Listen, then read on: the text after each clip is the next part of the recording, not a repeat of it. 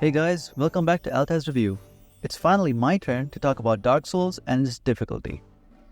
Honestly, I've been itching to make a video about this for a while, and although I've made a video about my experience playing Dark Souls games, I wanted to weigh in on how difficulty affects a new player who doesn't want some big challenge. I want to give my opinion on why making these games harder or easier can change the entire game.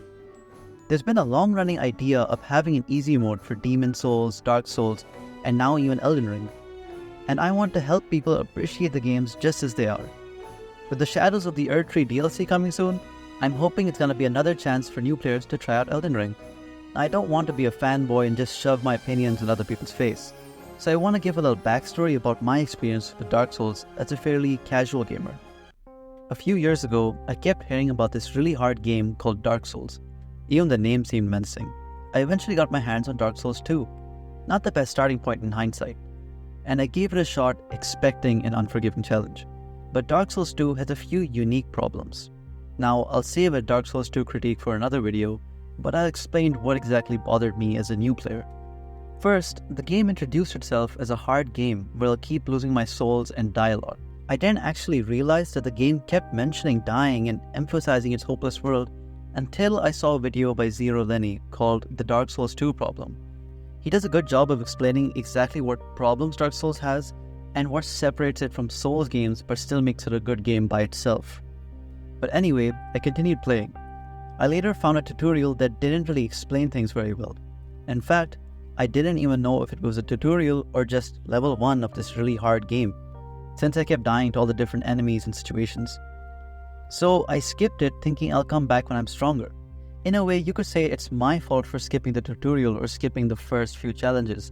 The fact that you can skip this tutorial and not get some basic knowledge, I would say is a flaw of the game. The game should make a tutorial interesting, but still make sure you get through it just so you know what you're doing and so you know how the mechanics work. And that's something I missed out on from Dark Souls 2. But later, I found out that my max health also decreases when I die, and I have to use a very limited item to fix it. Added to this, weapons also had a very low durability. They can be fixed at a bonfire though, but while you're fighting and while you're venturing around, your weapons will keep breaking pretty fast considering how many enemies you have to fight.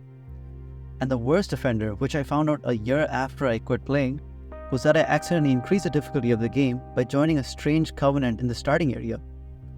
But this is all just what Dark Souls 2 does. Dark Souls mechanics meant I also had to deal with respawning enemies and losing souls, which is equivalent to money and experience. Plus, I had to get used to that slow, methodical combat. I don't want to blame Dark Souls 2 specifically, but its strange design choices set up the wrong expectations of Soul games. I got the message that Dark Souls is a hard game, and that it's meant to be this hard. So I put Dark Souls in the same category as something like Flappy Bird or Super Meat Boy. I thought it's a game for masochists, the same way many others view the series, and I left the game for good. As time went on, I saw more videos and articles about Dark Souls, and I came to the conclusion that Dark Souls is a respectable game, it's just not for casual players like me. But then I came across Sekiro, which looked like a fast-paced and fun samurai game. I didn't think it would have anything in common with Dark Souls since it was fast and flashy. Now, before I keep talking, I just want to say that Sekiro is very different from Dark Souls as a game and as an experience. But Sekiro shared a few mechanics and ideas with Dark Souls. Bonfires, respawning enemies, and the methodical combat. This game finally helped me set up realistic expectations for Souls games. I slowly learned to be patient, to think before I attack, and to accept losing a few times before I get to the next bonfire. Sekiro taught me to fight fair. I can't dodge carelessly just because I'm the main character. I can't start spamming attacks just because the boss is on 1 health.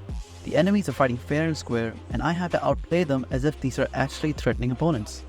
Now, the difference between veterans and new players is this mindset, and that's also the meat of this argument. When we play other games, we progress with confidence.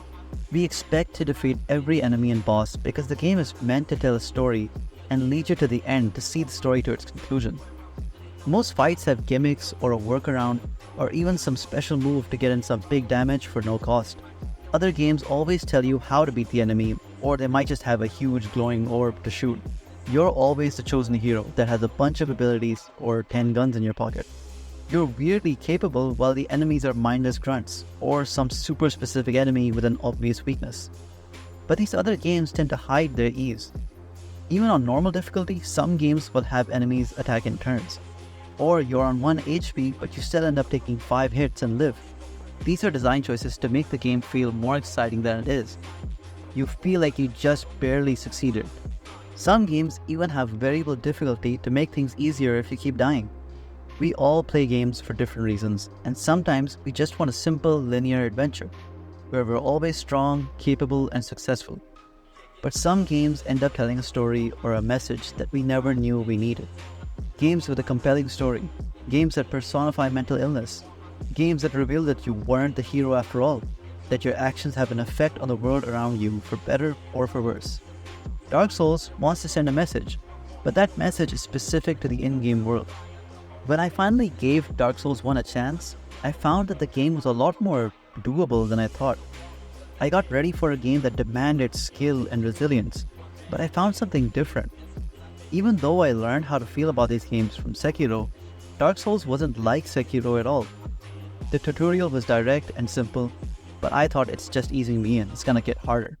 Beating the tutorial boss was pretty easy but rewarding nonetheless, since you had to use the arena and the right weapons to finally beat the boss. The starting area then gives you multiple paths to start from. After getting destroyed in the other areas, I took the path with the simple looking enemies far away. Once again, Dark Souls puts you in a teaching moment. There are 5 or 6 enemies with ranged and melee weapons. You won't win if you rush in, but if you slowly approach, just one enemy comes forward, teaching you about how to lure enemies and thin the herd. The entire first section of Dark Souls 1 continues to teach you about the mechanics simply by using gameplay. It's not a tutorial anymore, they're teaching you as you play. You start learning from the world. And that's important throughout the game because even by the time you get to the final stages, you're still learning from your environment. You learn how you should be playing or what you should be expecting from enemies or from environments. Even the slow combat becomes thoughtful once you learn to position yourself, dodge at the right time, and attack just a few times when the enemy misses. This first area tests you as much as possible, but it also teaches you what you need to know going forward by throwing real threats in specific situations. So it ends up being the place where new players will either evolve or quit. Once you use what you learned to beat your first boss, you get your first taste of success, and you have the urge to see what else this world has to offer. Playing Dark Souls 1 as a fresh player, I didn't want an unnecessarily hard experience. But after playing through, I don't think Dark Souls 1 is hard. It's just different from what games have taught us to expect. The world in any Souls game is designed to be self-contained, and your character is generally just some random dude, no different from the first NPC you meet. The world doesn't want you to proceed. An enemy guarding a castle isn't just part of the story, he's genuinely guarding this place, and you're the trespasser. You're just a normal guy, so you start off with a simple sword. No special abilities, no special amazing weapons. And you're just as strong as the regular enemies, so you have to think carefully. 2 or 3 enemies can overpower you because they can outnumber you. There's no narrator to tell you about this world. You have to piece together the story yourself, by talking to NPCs, by finding old ruins, and learning about the past from the items throughout the different areas. Dark Souls is a role-playing game in the purest sense. You're playing the role of a nobody that wants to be somebody.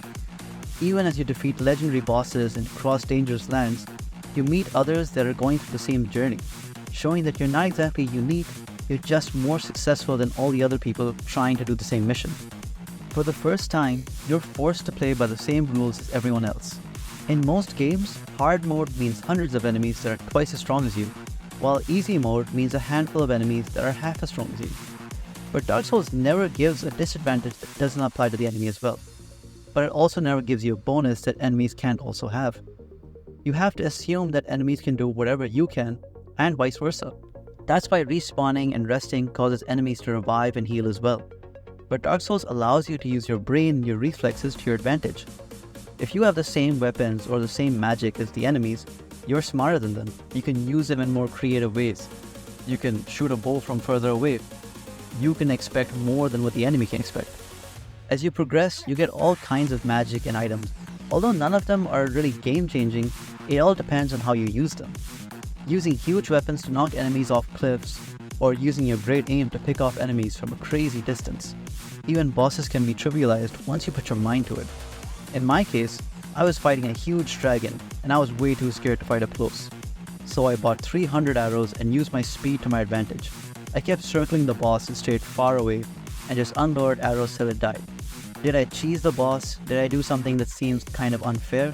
Well, that's the magic of Dark Souls. There is no right way. Every Dark Souls player sets their own limits. Some people don't want to spam a certain strategy. Some people don't want to use summons. And some people don't want certain weapons that they consider overpowered. I play in whatever way feels fun. Ever since I beat Sekiro, I realized I don't really have anything to prove. So I used all the summons, I used all the overpowered weapons, because I thought they were neat, I thought they were fun, or I cared more about beating the boss than how I beat the boss. And as long as I didn't see some walkthrough or some cheats, I used to cheese bosses in whatever way I could think of. The game challenges you at every moment. You have to stay engaged, and being careless means death. And that kind of thinking is usually frowned upon in games. It's not a bad thing that games are made to be finished, but Dark Souls gives you a curiosity about the strange world, and you have to earn the right to see the end. If you don't finish this game, the game won't really care. But at the same time, it doesn't really matter how you play because no one can say you didn't actually beat the game. It's a tough and demanding game. So if you make it a little easy on yourself, why not? Whatever leverage Dark Souls gives you, you're happy to take it. And that's kind of the thing that makes it fun. Learning how bosses fight gives you a more personal feeling to them. Finding a useless item feels rewarding since you get to read the description and learn more about the area. Dark Souls wants you to use your brain and struggle to the end. You feel like the game is indifferent to your existence, like it doesn't care if you finish it. In fact, no one wants you to progress. Bosses aren't symbolic, they're actually trying to stop you. So if you ever give up, the boss did his job right. That's what it wanted to do. It wanted you to leave and just not try any harder. But the rules are still fair. The boss has certain combos or spells, and some of the moves leave them vulnerable, as long as you get the timings right and as long as you know what to expect. You face the same rules, since when you miss an attack, you're left vulnerable as well, and the boss can take full advantage of that. An easy mode means you throw away the hard work and perseverance it takes to feel successful. Otherwise, you won't really get any meaning out of progressing in Dark Souls. It's not really that hard of a game if you change up the mechanics or make it any easier.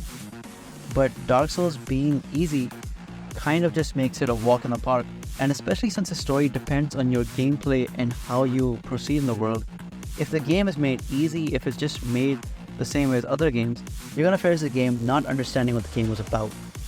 As you keep moving forward, you get stronger, and the game has to start acknowledging your growth from being a nobody, being a threat. There are a lot of themes in the game relating to stagnation, decay, and hopelessness, but these themes are hidden in dialogue and in the history of each area. As you learn about the world, you get an idea of where you're standing and you start to find purpose in reaching the end. You started the game just wanting to reach the end out of curiosity, but now you want to accomplish something. Maybe to respect a fellow adventurer who died on the way, or to save this dying world, or even just to end the hopeless feelings of the bosses and characters that have lived in the sad world for too long. Dark Souls isn't hard, it's just not easy. It doesn't give you any crazy advantages, and it doesn't make you play as a special protagonist. It allows you to enter a unique world as yourself, and it builds upon that world by having you give meaning to this world by your own understanding. You could play to the end indifferently, without acknowledging who you killed to reach here, or what happened in the past to make the world the way it is. It's an open game that allows you to choose your actions, what weapons you use, how you defeat enemies, which path to start from, and what strategy you use. It's also a very community-focused game. Discussing with other players is half the fun. Talking about how different your playthrough was or asking for help on how to level up and how to get through an area is always helpful and adds to your unique experience. Whether you use certain tactics or look up guides or even summon players for help, Dark Souls lets you choose how you progress. That's why every player has a different idea on what they consider a victory. I'm sure I'll be considered a noob for using some overpowered weapons and using summons for as many fights as I can, but I reached the end of those games and I feel successful in getting through some rough challenges. For other people, they won't be satisfied till they do some level 1 speedrun, but that's up to them. You have your own way of playing through this world, you have your own role to play in Dark Souls. Dark Souls gives a whole new perspective on what a game is capable of, and it tells a deep and interesting story while also teaching some life lessons through its mechanics. Dark Souls has really given me confidence, perseverance, and the ability to take a loss as a learning experience. No loss is too much, failing is never the end, and there's always more to someone's story. These are the kind of things that Dark Souls has taught me. I know when to quit a punishing game. I don't have fun showing off how I beat some one-sided video game with crazy bosses or overly hard mechanics.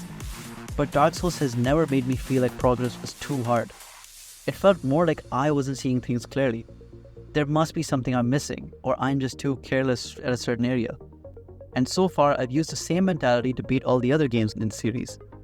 And it honestly just gets better in each adventure.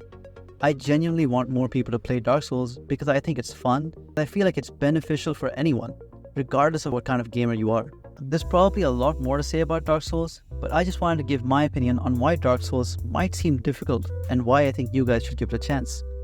I'd love to hear what you guys think, and if you have any other suggestions on games you want to hear more about. I hope I got my point across to the right people. If you enjoyed this video, feel free to like, and if you want to see more videos about my gaming opinions, then consider subscribing. I hope I see you on the next video.